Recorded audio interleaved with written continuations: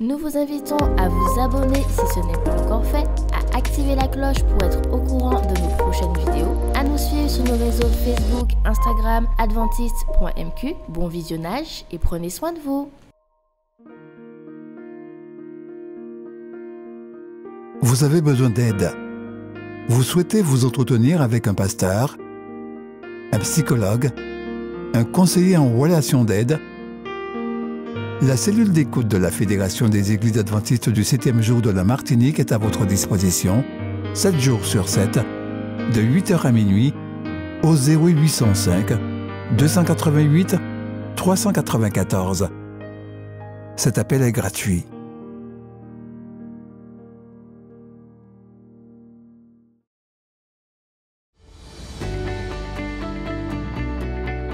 Du 1er au 31 mai 2023, défie-toi en distribuant 3 livres Tragédie des siècles autour de toi. Dès maintenant, réserve-le auprès du responsable des publications ou du ministère personnel de ton Église.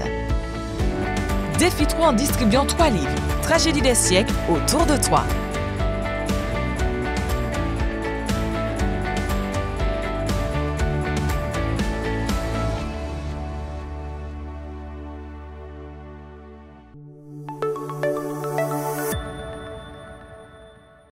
Imaginez qu'une grosse noix de coco tombe d'un cocotier sur votre tête. Malgré la valeur nutritive de cette noix de coco, elle ne vous serait d'aucun profit, à moins d'être ingérée dans votre corps en passant par la voie naturelle que Dieu a créée spécialement dans ce but.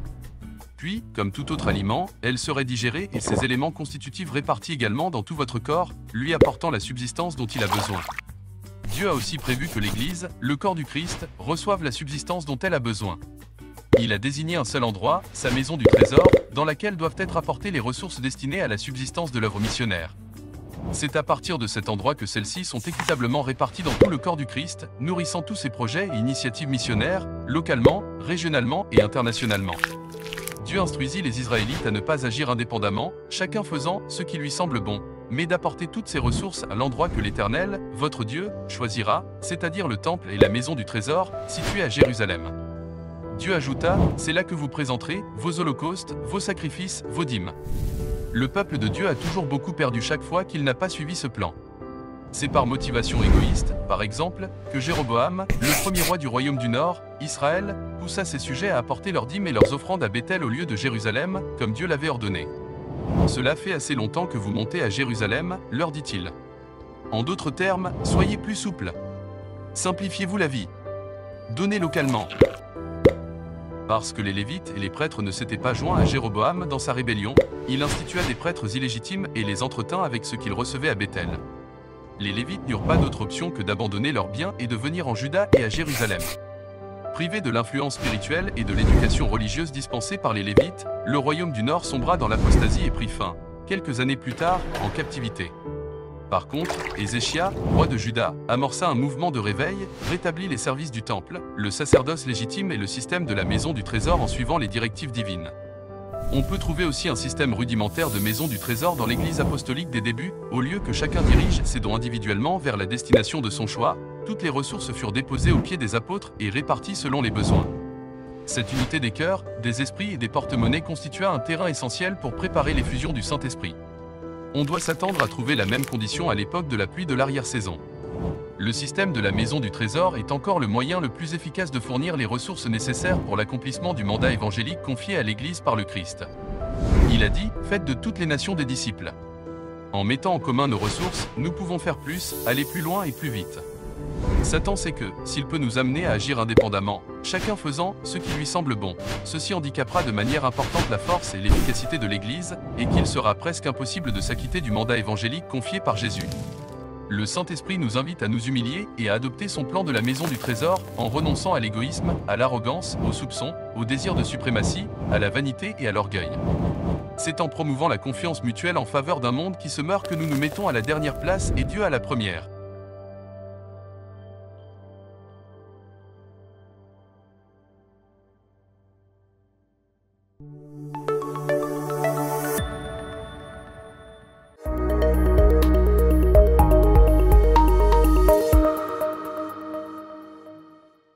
Bonjour, Bon, nous sommes heureux de nous retrouver encore autour de la parole de Dieu. C'est le moment maintenant pour nous de pouvoir entendre ce que Dieu a à nous dire. Et je vous invite d'abord à faire dans ce petit moment de prière, en inclinant la tête, et nous allons nous tourner vers le Seigneur. Seigneur Dieu, nous te remercions de ce que nous avons l'opportunité d'étudier ta parole et de pouvoir entendre ce que tu as à nous dire. Ouvre les oreilles de notre esprit pour que nous puissions arriver à entendre clairement. Et ouvre aussi les yeux de notre esprit pour que nous puissions voir clairement ce que tu as à nous dire, à nous faire comprendre. Et permet que ces informations produisent en nous des transformations pour l'éternité. Au nom de Jésus. Amen. Amen. Mes chers amis, nous avons eu l'occasion déjà d'étudier une partie de l'Épître aux Éphésiens jusqu'au verset 14 du chapitre 1. Et maintenant, le verset 15 nous révèle encore des choses merveilleuses que je vous invite à regarder avec moi jusqu'au verset 23 où nous aurons l'occasion de pouvoir comprendre encore ce que l'apôtre Paul va établir comme relation dans cette doxologie qu'il présente, c'est-à-dire la personne du Père, du Fils et du Saint-Esprit qui sont à l'œuvre dans nos vies.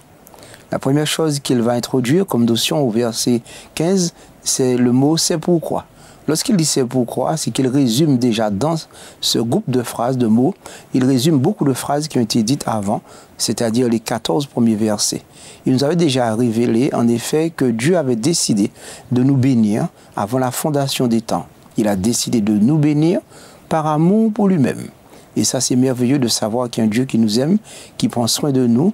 Et quand il décide de nous bénir, nous le bénissons et nous le glorifions.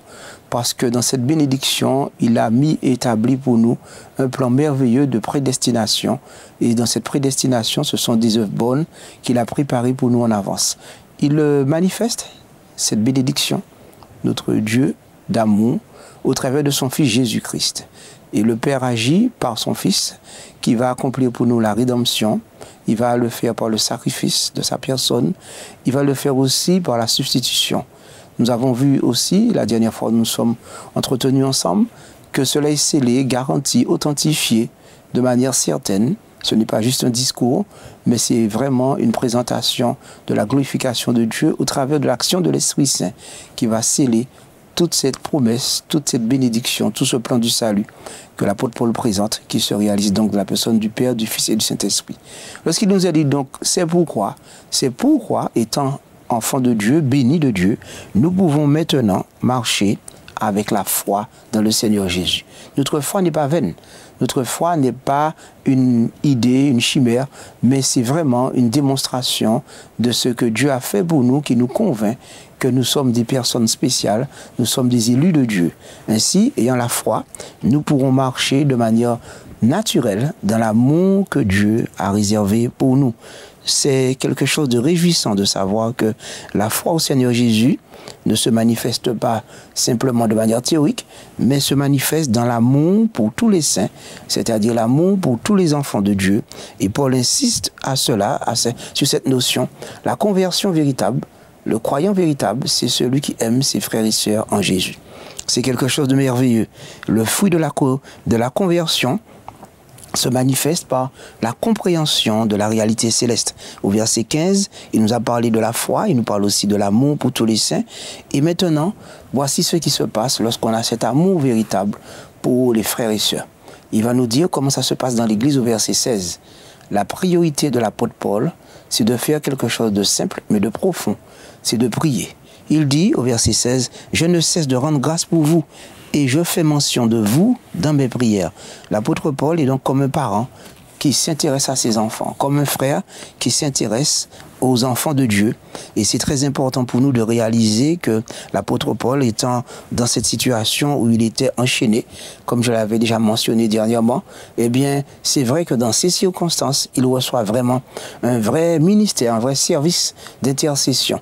Celui qui intercède, donc, il est préoccupé non seulement par sa propre personne, ce qui peut être tout à fait normal, mais le piège c'est d'être égocentrique. Eh bien, il sera intéressé surtout par la personne de Dieu et par ses enfants, son épouse qui est l'Église, et il désire donc rendre grâce à Dieu pour tout ce qu'il a pu faire dans la vie de son Église. Ainsi, il dira que cette foi et cet amour va se manifester au verset 7, afin que notre Seigneur Jésus, le Père de gloire, vous donne un esprit de sagesse et de révélation dans sa connaissance. Dieu, non seulement il a opérer son salut, son plan du salut dans nos vies, mais il va nous donner de grandes bénédictions qu'on avait déjà développées, mais cette fois-ci, nous réalisons que le cadeau merveilleux que Dieu nous donne, c'est de le connaître. La connaissance de Dieu, il ne s'agit pas simplement d'une connaissance purement gnostique, mais c'est vraiment quelque chose de supérieur, quelque chose qui est une connaissance qui va amener à une réalité pratique. Cette connaissance, c'est une connaissance qu'on va recevoir de Dieu, qui est un vécu, qui est une expérimentation, qui est vérifiable, et cela se manifeste par deux choses. La première chose, un esprit de sagesse. C'est-à-dire une connaissance qu'on aura de choses qui semblaient cachées, mais qui deviennent réelles dans nos vies et applicables, une transformation au quotidien. La deuxième chose, ce sont des révélations directes que Dieu va manifester au travers de cet esprit de sagesse, et des révélations qui ne sont pas simplement des mystères, des choses qu'on ne peut pas avoir accès, mais des choses qui vont nous imprégner et qui vont manifester une transformation, une nouvelle naissance, quelque chose qui sera un nouveau goût, une nouvelle manière d'agir, de parler, une nouvelle éthique, une nouvelle morale, de manière concrète et pratique. Jésus-Christ se révèle en nous par la vraie connaissance de sa personne, qui est une connaissance qui manifeste un esprit de sagesse. C'est-à-dire quelque chose qui va être pour nous une relation qui va s'établir par l'Esprit de Dieu pour que nous puissions, à l'image de Jésus-Christ, communier pleinement dans la vie du Père, dans le plan du Père. C'est quelque chose de merveilleux. À chaque fois que l'apôtre Paul présente donc le plan de Dieu, il y a ces trois personnes qui agissent, le Père, le Fils, le Saint-Esprit, visant surtout à accorder à notre personne des connaissances qui sont si précieuses, des cadeaux si merveilleux, un esprit de sagesse, un esprit donc de vérité, un amour pour la vérité qui nous donne la capacité de comprendre, d'évaluer, de prendre du recul, d'analyser, loin du monde troublé par les guerres, les conflits, mais aussi les conflits internes, les trahisons, les rejets, les injustices, le népotisme, le désir de toujours paraître soi-même, l'égocentrisme. Loin de ça, lorsque Dieu se révèle à une personne et que cette connaissance est véritable, authentique, eh bien ce Dieu véritable et juste se manifeste à nous en nous permettant de comprendre vraiment la nécessité de prendre du recul, la nécessité de le laisser être la perspective de nos vies. Bien souvent, on prend des décisions à court terme qui entraînent des difficultés à long terme. Mais si on décide de prendre des décisions qui sont peut-être difficiles à court terme, mais qui engendrent le bonheur à long terme, cela veut dire quoi? Laisser Jésus entrer dans nos vies va nous permettre, même si cela semble difficile au début, mais de vivre une vie heureuse, de bonheur et de paix. Je vous invite dès maintenant à rechercher la vraie connaissance de Dieu qui se manifeste par cet esprit de sagesse et de révélation. Révélation, cela veut dire une connaissance intime, personnelle, qui est biblique, de choses qui ne semblent pas être visibles. Des hommes ont pu écrire sous l'inspiration du Saint-Esprit. Ils étaient des bergers, ils étaient de simples ouvriers, ou aussi des rois. Mais qu'importe la sagesse humaine, la sagesse de Dieu se manifeste en étant accompagné par la révélation divine qui dépasse toute connaissance intellectuelle. Oui, il est beau de connaître le Seigneur et il va nous dire ensuite un autre cadeau qu'il nous fait dans le c'est pourquoi nous pouvons louer Dieu et prier et le célébrer et qu'il le fait, l'apôtre Paul. Il est dit au verset 18 qu'il illumine les yeux de votre cœur pour que vous sachiez quelle est l'espérance qui s'attache à l'appel, quelle est la richesse de la gloire de son héritage qu'il réserve aux saints. Oui, qu'il illumine les yeux de votre cœur. Les yeux du cœur sont cet aspect où tout l'être humain est concerné. Quand on dit le mot cœur, il ne s'agit pas de la pensée grecque où on a le cœur, le siège des sentiments, et puis on parlerait de l'âme et du corps, qui seraient des parties, qui seraient des champs émotionnels ou cognitifs de l'être humain. Il s'agit plutôt de comprendre que le cœur, c'est l'homme dans son intériorité, c'est l'être humain dans sa vie intérieure, sa capacité affective, mais aussi morale, intellectuelle, physique, en tout point d'accueillir la parole de Dieu. Pour ceux qui sont créolophones, lorsqu'on dit lever corps ou manquer senti corps, le mot corps, eh bien, évoque non pas un aspect physique, mais toute la personne qui est impliquée. Donc, ces éléments linguistiques nous permettent de comprendre que lorsqu'on dit qu'on donne à Dieu son cœur, lorsqu'il s'agit ici de l'apôtre Paul il parle de les yeux du cœur comme la capacité d'avoir le discernement, la capacité selon l'homme intérieur, d'avoir cette perspective, d'avoir cette mise en relief de ce que nous faisons, de s'interroger par rapport à nous-mêmes, et non pas de suivre les modes de ce monde séculier où tout semble bon lorsque c'est mauvais, et tout semble mauvais lorsque c'est bon. C'est un monde difficile où les valeurs sont vraiment en train de disparaître, mais il est bon aussi que ceux qui ont pu avoir les yeux du cœur illuminés par la présence de Dieu, de savoir qu'ils deviennent la lumière du monde. Dieu donc nous donne l'espérance qui est dans son appel. Il nous a choisis lui-même, et en choisissant chacun de nous, il nous invite maintenant, nous aussi, à pouvoir marcher en nous attachant à cet appel. L'appel qu'il nous fait, il y a toujours le don. Et dans ce don, il y a le fait qu'il nous donne la foi. Car c'est lui qui le suscite en nous, dans le livre d'Hébreux 12, au verset 1. C'est lui qui suscite et l'amène à la perfection, la foi en nous. Mais Dieu nous donne non seulement la foi, mais aussi l'amour. Il donne non seulement l'amour, mais il nous donne aussi d'être en communion dans la prière, avec un esprit de sagesse, un esprit de révélation dans la vraie connaissance de Dieu. Il est triste de voir comment, dans le récit des Vierges folles, que Dieu dise, Jésus dise, « Retirez-vous de moi, je ne vous connais pas ». Beaucoup peuvent sembler connaître et même parler de Dieu, mais la vraie connaissance de Dieu se manifeste par la capacité de laisser Dieu nous éclairer, illuminer les yeux de nos cœurs pour que nous puissions nous dire, voilà, où est-ce que je suis en train d'aller? Est-ce que je reflète la personne de Jésus à l'intérieur lorsque je suis tout seul? Est-ce que je suis désintéressé? Est-ce que je cherche vraiment à plaire à Dieu? Lorsque nous pouvons répondre oui, nous sommes remplis de l'assurance qu'il y a dans l'espérance du salut, que Dieu nous aime. Et l'apôtre Paul, puisqu'il voulait manifester cela, il va parler de la richesse, de la gloire de son héritage. Il y a beaucoup de mots qui sont condensés. Des fois, ça semble difficile à comprendre, parce que l'apôtre Paul, dans sa manière de faire, il va exalter la gloire de Dieu, parce que ce qui lui est révélé, ce sont des choses spirituelles que les mots ne peuvent pas expliquer facilement. Donc la richesse qui est exprimée de la gloire de son héritage, c'est bien sûr l'espérance du chrétien qui sait que bientôt, Jésus revient et qui marche par la foi, il marche par l'amour, mais bientôt Jésus revient et son héritage est dans le ciel. Mais la deuxième chose aussi qu'il faut comprendre aussi, c'est que nous sommes déjà, nous, ici présents, qui acceptons d'écouter, d'entendre, de nous interroger et même de cheminer, de marcher avec Dieu en Jésus, eh bien nous sommes déjà l'héritage de Dieu en Jésus-Christ. Ainsi, nous sommes remplis de la richesse, de la gloire de Dieu, en étant son héritage, en tant qu'héritage de Dieu devant l'univers entier.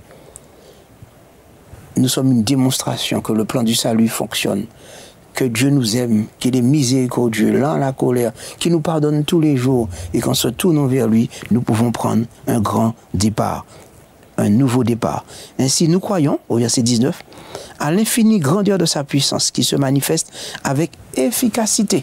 Ce plan dont je vous parle, cette manifestation de l'action de l'amour de Dieu est efficace. Cela vaut le coup de connaître Dieu. Cela vaut le coup d'accepter que Jésus devienne une réalité dans nos vies. Le verset 19 nous interpelle donc sur l'infinie sagesse de Dieu et la grandeur de son amour. Et cette manière de vivre ce plan de la rédemption est puissante parce qu'elle est garantie par Jésus qui la déploie au travers de sa vie.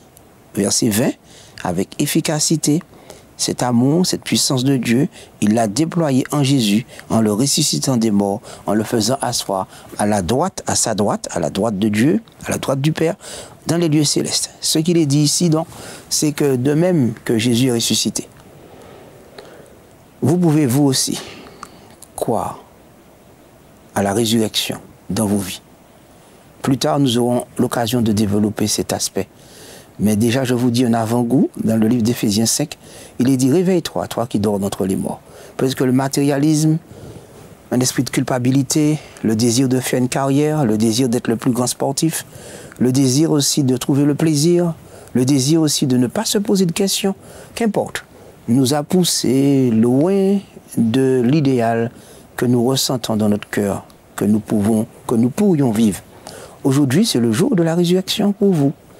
c'est le jour où vous pouvez accepter l'efficacité de la vie de Jésus en vous, en décidant, je prends un nouveau départ. Je décide maintenant de laisser Jésus-Christ déployer en moi sa personne. C'est ce qui nous est dit dans l'épître de Pierre, et au chapitre 3, au verset 4, la première épître de Pierre, il nous dit que Dieu, dans son grand plan, il a fait des promesses merveilleuses pour pouvoir déployer en nous la nature divine de Jésus-Christ. Ainsi, cette mise à disposition de sa personne dans notre vie à chaque jour permet que déjà en Jésus, par la foi, nous sommes déjà avec lui dans cette gloire, dans cette paix. Et Jésus nous garantit au verset 21 qu'il est au-dessus de toute domination, de toute situation, de tout nom qui puisse exister. Parce que non seulement il est ressuscité, le Père l'a glorifié, et Dieu lui a permis dans son élévation de pouvoir bénéficier de toute autorité, de toute domination, de toute puissance et de toute dignité. Constamment, Jésus est célébré, le verset 21 d'Éphésiens 5. Il est glorifié et nous sommes, nous, sa gloire. Continuons à marcher dans ce cheminement avec Dieu, avec l'univers entier qui le glorifie. Cette gloire est universelle, elle est définitive, elle est éternelle. Choisissez celui qui donne la vie éternelle, celui qui donne la paix. Son nom, ici présenté au verset 22, c'est le nom de Jésus qui a mis tout sous ses pieds. Et le Père lui l'a donné pour chef à l'Église, le chef suprême. Il est bon de savoir que Jésus est un ami qui est suprême. Il est le Dieu Tout-Puissant. Peut-être que vous n'avez pas beaucoup d'amis ou de gens qui puissent être là avec vous pour vous rassurer. Peut-être que vous êtes dans le froid ou dans une situation de sécheresse, de difficulté, dans le désert de votre vie. Peut-être que vous êtes rejeté, peut-être que vous êtes en prison physique ou en prison humaine ou prison psychologique, relationnelle. Peut-être que vous êtes victime d'une injustice, d'une situation de blessure, de douleur, de maladie aussi physique dans un hôpital. Peut-être que vous avez beaucoup de moyens financiers, mais que vous n'avez pas un seul ami. Jésus se tient maintenant à la porte, il frappe à votre cœur. Et Jésus est prêt à devenir votre ami et vous dire, je suis prêt maintenant à t'accorder le bénéfice de ma vie pour que je devienne le chef suprême de ta vie. Le mot képhalé veut dire celui qui couvre, celui qui est le chapeau, celui qui est le protecteur. Bien souvent, dans notre esprit, dans nos pensées, il y a beaucoup d'agitation. Il est bon de savoir que la sagesse de Dieu, l'intelligence de Dieu, son amour, la connaissance de Dieu véritable, produit en nous qu'il vient lui-même nous recouvrir de sa présence. Je vous invite donc à pouvoir vivre cette plénitude de la paix, la plénitude de la personne de Jésus qui vient habiter en nous. Et je vous invite à ne plus vivre pour vous-même, mais à vivre pour Jésus, avec Jésus, en Jésus. Oui, en Christ, il y a le bonheur parfait. Et c'est le moment pour nous de pouvoir faire le choix de dire, moi et ma maison, nous servirons l'Éternel. Moi aussi, je veux servir Dieu. Autour de vous, il y a sûrement quelqu'un qui connaît la parole de Dieu. Regardez autour de vous, appelez, recherchez un endroit où vous pouvez vous rassembler ou recevoir un enseignement biblique et continuer. Mais en attendant, aujourd'hui, nous pouvons dire dès à présent à l'Esprit de Dieu qu'il continue à parler dans chacun de nos cœurs pour que Dieu produise en nous la plénitude de sa sagesse qui se réalise dans son Église. C'est là ma prière pour chacun de vous et mon vœu que Dieu nous garde et nous bénisse dans le Seigneur Jésus. Amen.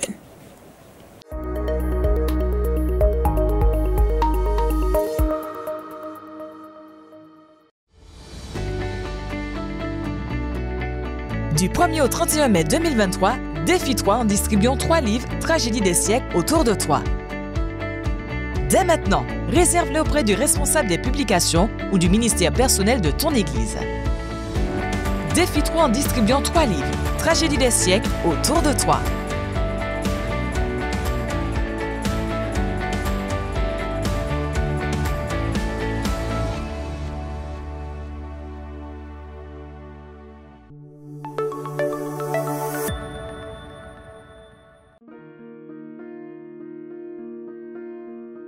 Vous avez besoin d'aide. Vous souhaitez vous entretenir avec un pasteur, un psychologue, un conseiller en relations d'aide. La cellule d'écoute de la Fédération des Églises adventistes du 7e jour de la Martinique est à votre disposition, 7 jours sur 7, de 8h à minuit, au 0805 288 394. Cet appel est gratuit.